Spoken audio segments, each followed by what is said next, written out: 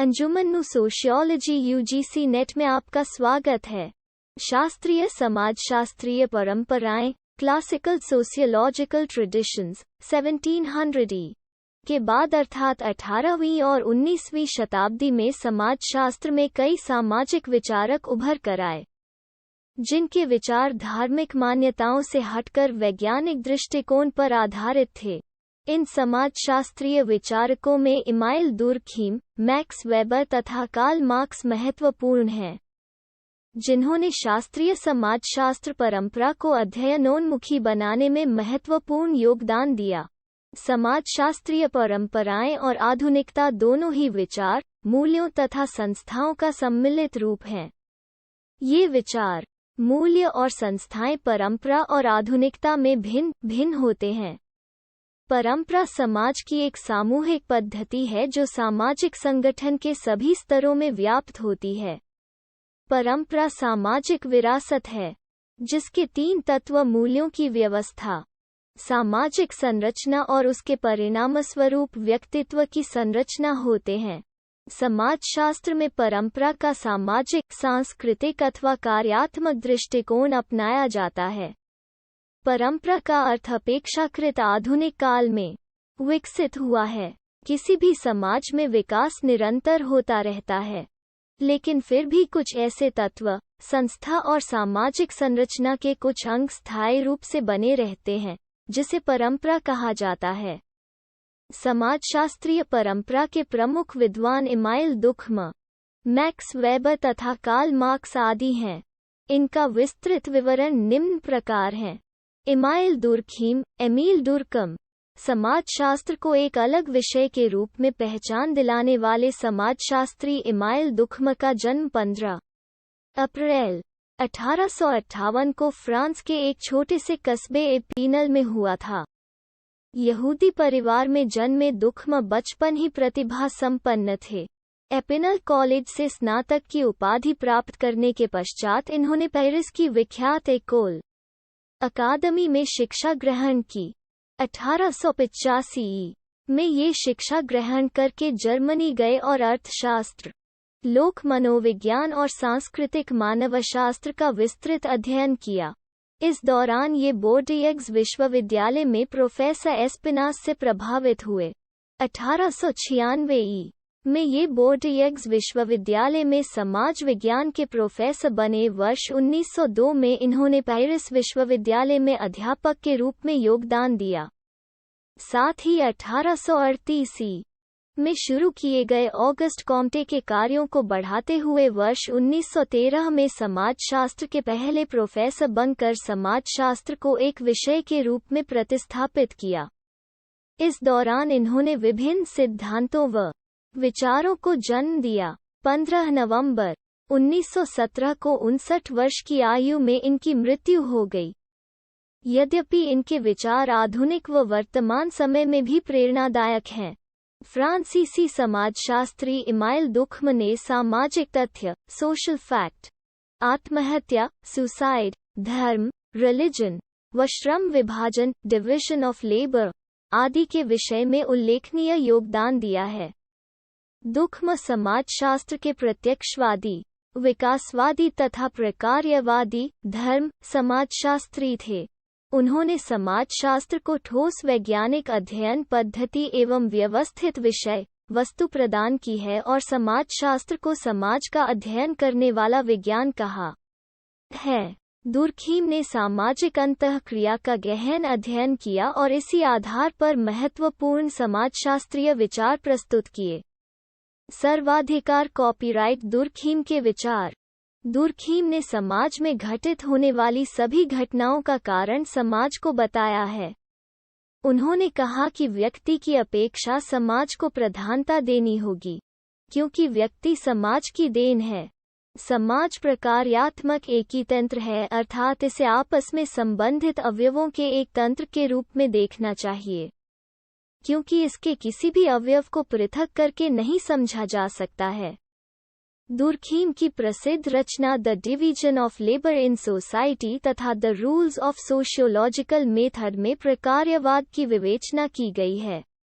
समाज एक नैतिक, वास्तविकता है जो सामूहिक मनोभावों, विचारों व भावनाओं का प्रतिनिधित्व करता है। दुर्खीम का समाजशास्त्रीय सिद्धांत, सोशियोलॉजिकल प्रिंसिपल्स ऑफ दुर्कम, दुर्खम द्वारा प्रतिपादित समाजशास्त्रीय सिद्धांत की अवधारणा उनकी पुस्तक रूल्स ऑफ सोशियोलॉजिकल मेथड में विस्तार से दी गई है। दुर्खम के सामाजिक तथ्य का विचार हर्बर्ट स्पेंसर द्वारा दिए गए व्यक्तिवादी विचारों से बिल्कुल भिन्न है। उनका मत था कि जितनी भी सामाजिक क्रियाएं हैं, उनका विश्लेषण सामाजिक संदर्भ के अधीन ही किया जाना चाहिए, अर्थात सामाजिक क्रियाओं को समझने का आधार समाज है। इसलिए व्यक्ति या मनोविज्ञान को आधार मानकर जो समाजशास्त्रीय अध्ययन किए जाते हैं, वो हमेशा अवैज्ञानिक माने जाते हैं। दुर्खम ने समाजशास्त्र को सामाजिक तथ्यों का अध्ययन बताया है। दुर्खम का मानना था कि जिस प्रकार सभी विशेषज्ञ अपने अपने अध्ययन के विषय का चयन करते हैं, ठीक उसी प्रकार समाजशास्त्रियों ने भी सामाजिक तथ्य का चयन कर उनका विश्लेषण विस्तार से किया है। क्योंकि सामाजिक तथ्य ही समाजशास्त्रीय अध्ययन का प्रमुख अध्ययन क्षेत्र है। दुर्खम ने सामाजिक तथ्यों को वस्तुओं की तरह समझाने पर बल दिया है। सामाजिक तथ्य को उन्होंने एक वस्तु, एक चीज या एक भौतिक पदार्थ के रूप में देखा है। जिस प्रकार एक भौतिक पदार्थ का अध्ययन भौतिकी में किया जाता है, ठीक उसी प्रकार समाजशास्त्री सामाजिक तथ्य का अध्ययन करते हैं। दुर्खम ने सामाजिक तथ्य के स्वरूप के वर्णन में आत्महत्या के विवेचन का वर्णन विस्तार से किया है। आत्महत्या व्यक्ति के व्यक्तिगत रूप से जुड़ी होती हैं, परंतु जब यह व्यक्तिगत सोच सामाजिक सोच का रूप ले लेती है, तब इसका एक सामूहिक स्वरूप भी बन जाता है, जिसके कारण समाज भी प्रभावित होता है। इसलिए उन्होंने आत्महत्या का एक सामाजिक तथ्य के रूप में समाजशास्त्रीय अध्ययन किए जाने पर बल दिया। दुर्खम के द्वारा सामाजिक तथ्यों का विश्लेषण निम्नलिखित विशेषताओं के साथ उल्लेखित है। की सामाजिक तथ्य मनुष्य। दुर्खम ने सामाजिक तथ्य की विशेषताओं का उल्लेख करते हुए यह बताया है, बाहर रहता है तथा मनुष्य के बाहर रहते हुए भी उसके विचारों को प्रभावित करता है, इसलिए इसे समझना आसान हो जाता है। आंतरिकता। दुर्खम के अनुसार सामाजिक तथ्य मनुष्य के बाहर भले ही रहता है, परंतु यह व्यक्ति को आंतरिक रूप से प्रभावित करता है। इसके प्रभाव तथा महत्व को सभी व्यक्ति अपने अंदर अनुभव कर सकते हैं। उदाहरण के लिए, समाज का जो अनुमोदन व्यक्ति को प्राप्त होता है, उसका प्रभाव मनुष्य के ऊपर उसके व्यवहार को नियंत्रित करने में पड़ता है, जिसके कारण व्यक्ति अपने व्यवहार को नियंत्रित करता है। सार्वभौमिकता। दुर्खम के अनुसार सामाजिक तथ्यों का स्वरूप सार्वभौमिक यूनिवर्सैलिटी होता है, अर्थात यह सभी व्यक्ति की चेतन अवस्था को समान रूप से प्रभावित करता है। उदाहरण स्वरूप यह कहा जा सकता है कि जब हम किसी धर्म को बात करते हैं, तब यह स्वीकार करते हैं कि धार्मिक विश्वास तथा उसके अनुरूप उपासना करना सभी व्यक्तियों के सामूहिक जीवन का अंग होता है, अर्थात तथ्यों के दो स्वरूप होते हैं। एक स्वरूप वो है जो व्यक्ति तक हो सीमित है, और दूसरा स्वरूप उसका सामाजिक स्वरूप जो उसके कार्य करने की पद्धति, सोचने की पद्धति को व्यक्तिगत रूप से भी प्रभावित करता है। इसके साथ ही तथ्य का एक अन्य सामाजिक स्वरूप होता है, जिसके कारण है व्यक्ति के अतिरिक्त पूरा समाज उससे प्रभावित रहता। वस्तुनिष्ठता। सामाजिक तथ्यों की वस्तुनिष्ठता से आशय सामाजिक तथ्यों का अध्ययन बिना पूर्वाग्रहों को जाने हुए करना। इसके माध्यम से दुर्खम ने सामाजिक पूर्वनिर्धारित सोच की आलोचना करते हुए नई सोच के साथ समाजशास्त्रीय विश्लेषण करने का प्रयास किया। उदाहरण स्वरूप दुर्खम ने आत्महत्या की प्रवृत्ति का विश्लेषण किया और पाया कि अविवाहित व्यक्ति में विवाहित व्यक्ति की अपेक्षा आत्महत्या की प्रवृत्ति अधिक प्रवृत्ति पाई जाती है। वहीं धर्म में आस्था रखने वाले व्यक्ति में भी इसकी प्रवृत्ति कम पाई जाती है। इस प्रकार दुर्खम ने सामाजिक तथ्यों को वस्तुनिष्ठता के माध्यम से स्पष्ट करने का प्रयास किया।